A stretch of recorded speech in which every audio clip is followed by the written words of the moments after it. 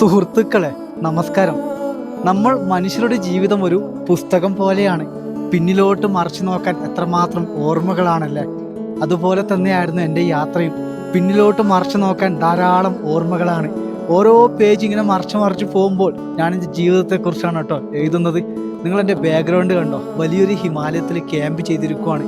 മനുഷ്യരൊന്നും അങ്ങനെ താമസിക്കാത്ത ഭൂപ്രദേശം. എല്ലാവരും തിരിച്ചിറങ്ങുന്ന സമയത്ത് ഞാൻ മേലോട്ടേക്ക് യാത്രയ്ക്ക് വേണ്ടി വന്നു, വലിയൊരു ഹിമാനി കാണാൻ വേണ്ടി. ടെൻറ്റിനകത്ത് എൻ്റെ ഭക്ഷണം പാകം ചെയ്യുകയാണ്. ഉരുളക്കിഴങ്ങും തക്കാളിയും ഉള്ളിയൊക്കെ ഇട്ട അടിപൊളി കറി, അതിൻ്റെ കൂടെ ലോക്കൽ ഗീ. ഗ്രാമത്തിൽ നിന്ന് ഞാൻ വാങ്ങിയതാണ്, 300 രൂപ കൊടുത്തിട്ട് ലോക്കൽ ഗീ. നല്ല പ്രോട്ടീനാണ് കേട്ടോ, പ്രോട്ടീനും നല്ല ക്വാളിറ്റി ഒക്കെയാണ് ലോക്കൽ ഗീ എന്ന് പറയുന്നത്. അതിൻ്റെ കൂടെ നല്ല ചോറെന്ന് പറഞ്ഞാൽ 3 നേരത്തേക്കുള്ള ചോറാണ് ആക്കുക, ഉച്ചക്ക്, രാത്രിത്തേക്ക്, നാളെ രാവിലത്തേക്ക് കേട്ടോ. അതിൻ്റെ കൂടെ തക്കാളിയും ഉള്ളിയും ഉരുളക്കിഴങ്ങിട്ട് അടിപൊളി കറി ആയിക്കൊണ്ടിരിക്കുവാണ്. യാത്രകൾ മനോഹരമാണ് സുഹൃത്തുക്കളെ. ഇവിടെ ഭക്ഷ്യസാധനങ്ങളൊന്നും കിട്ടത്തില്ല. മുനിശ്ശേരി എന്ന പട്ടണത്തിൽ നിന്നും 41 കിലോ ഭാരവുമായിട്ടാണ് ഞാൻ ഈ മല കയറിയത്. ഇന്നത്തേക്ക് 7 ദിവസമാകുന്നു എൻ്റെ ഒരു യാത്ര. ഒരുപാട് സന്തോഷം ജീവിതത്തിൽ. ഇനിയും എന്തൊക്കെയോ ജീവിതത്തിൽ കാണാൻ എന്നൊരു ആഗ്രഹം. സത്യം പറയുവാണെങ്കിൽ എൻ്റെ ജീവിതത്തിൽ ഒട്ടും ഞാൻ പ്രതീക്ഷിച്ചില്ല എൻ്റെ ജീവിതം ഇത്രത്തോളം മറിയുമെന്ന്. യാത്രകളിലൂടെ നമ്മൾ പഠിക്കുകയാണ് ചെയ്യുന്നത്. നമ്മൾ സ്കൂളിൽ നിന്ന് പഠിക്കുന്ന ബുക്കിനേക്കാൾ എത്രയോ പഠിക്കുന്നത് യാത്രകളിലൂടെയാണ്.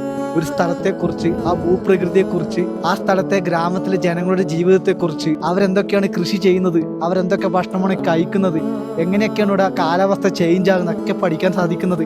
ഞാൻ നിൽക്കുന്ന ഭൂമി എന്ന് പറയുന്നത് ദ സെക്കൻഡ് ലാർജസ്റ്റ് മൗണ്ടൻ എന്നറിയപ്പെടുന്ന ഇന്ത്യയിലെ നന്ദദേവി പർവ്വതമാണ് തൊട്ടടുത്തുള്ളത്.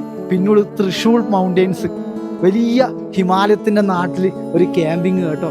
ആനിമൽസ് ഒക്കെ ഉള്ള സ്ഥലമാണ്. ദൂരെ 800 മീറ്റർ ഗ്രാമമുണ്ട്, മർത്തോലി എന്ന് പറയുന്നത്. എനിക്ക് രാത്രി വിറക് കൊണ്ട് തരാമെന്ന് പറഞ്ഞു. തീ എന്തായാലും കത്തിക്കണം, ഇല്ലെങ്കിൽ കരടികൾ വരുന്നൊക്കെയാണ് അവർ പറയുന്നത്. ഒരു ഗൈഡും ഇല്ലാതെയാണ് ഞാൻ സഞ്ചരിക്കുന്നത്. എൻ്റെ യാത്ര കൊണ്ട് ഞാൻ നിങ്ങളോട് പറയുന്നത് ഇതുപോലെ അനുകരിക്കാൻ വേണ്ടിയിട്ടല്ല. നിങ്ങളുടെ ആഗ്രഹങ്ങൾക്ക് പുറമെ നിങ്ങൾ സഞ്ചരിക്കുക, നിങ്ങളുടെ സ്വപ്നങ്ങൾ നിങ്ങൾ നേടിപ്പിടിക്കുക.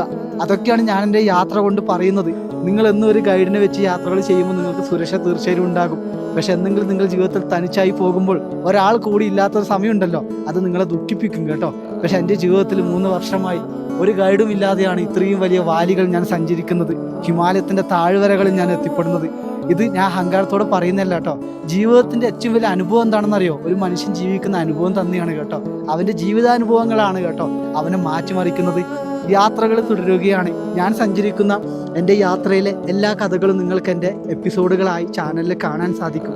മറ്റൊരു കഥകളുമായി ഞാൻ ഇനിയും വരാം.